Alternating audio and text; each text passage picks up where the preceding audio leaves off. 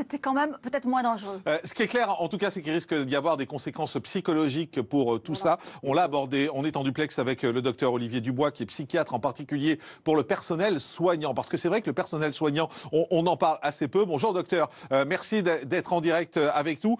On se dit que le personnel soignant, finalement, est rodé à tout ça. Or là, il se retrouve dans une situation un peu particulière. Oui, la situation est particulière parce que, contrairement à d'habitude, il y a la peur évidemment de la maladie qui touche les soignants, d'autant plus qu'ils sont très proches des malades. Et par la force des choses, ça ne peut pas ne pas leur être quelque chose qui les touche. Donc c'est évident que les soignants sont touchés. Mais vous savez, le soignant est quand même à sa mission, à sa tâche. Et il n'est heureux que quand il soigne et que quand il peut finalement apporter de l'aide aux autres. Donc c'est quand même quelque chose qui est naturel chez lui, d'aller dans ce genre de situation. Le seul élément qui vient bien sûr aujourd'hui influer sa vie personnelle, c'est le risque d'attraper la maladie et surtout de la transmettre, parce que le grand danger, c'est la transmission de la maladie à ses proches et bien sûr aux autres patients qu'il va rencontrer. On a eu beaucoup de témoignages de soignants tout de même qui disaient à quel point c'était compliqué le soir quand ils rentraient à leur domicile, parce que généralement un soignant, ça s'arrête à la porte de l'hôpital. En tout cas, quand il part, il reprend une vie normale, il retrouve son mari, sa femme, ses enfants. Là, certains sont obligés d'avoir une vie différente, voire même parfois de ne pas rentrer chez eux. Ça aussi, ça a un impact psychologique sur eux.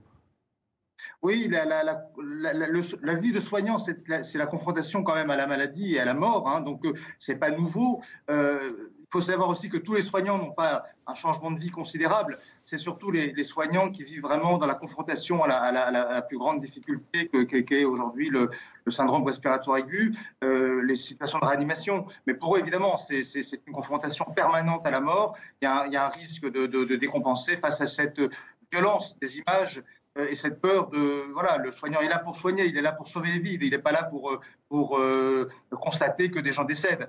Donc c'est vrai qu'il peut y avoir une grande frustration pour les services de réanimation, pour tous les soignants face à ça. Et c'est vrai qu'il est très important que les soignants arrivent à décrocher.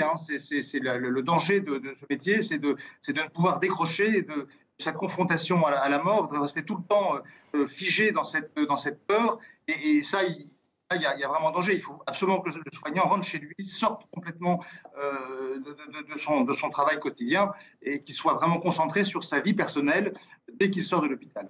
Un mot encore pour sortir des soignants, cette fois pour aller vers la population et se dire que Emmanuel Macron va sans doute annoncer ce soir un mois de confinement supplémentaire jusqu'au 10, jusqu'au 15 mai. On ne sait pas, on aura la date ce soir, mais pour beaucoup de gens qui le vivent au quotidien, ça risque d'être un choc supplémentaire en se disant, voilà, ça fait déjà 4 semaines, encore un mois, comment tenir? Et beaucoup commencent à parler de dépression, beaucoup commencent à parler de la difficulté du quotidien. Qu'est-ce que vous, docteur, qu'est-ce que vous, médecin, vous pouvez dire à ces gens-là qui nous regardent?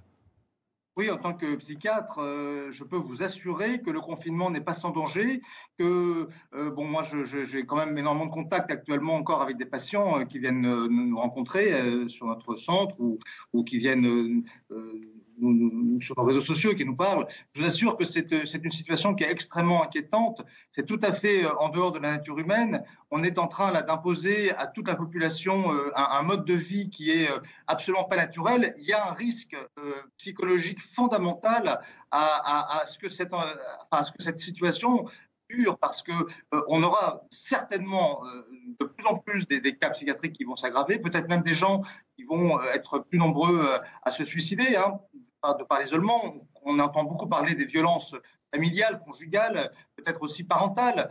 Je crois que méfions-nous quand même des dangers. Il ne faudrait pas que le traitement qu'on impose à la population soit pire que le mal qui nous inquiète actuellement tous, bien sûr.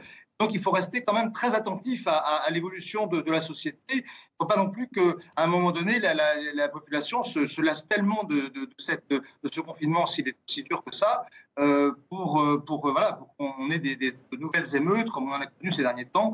Et puis, je vous dis aussi que très souvent, les conséquences d'une telle situation de frustration prolongée sont souvent des conséquences à moyen terme ou à long terme.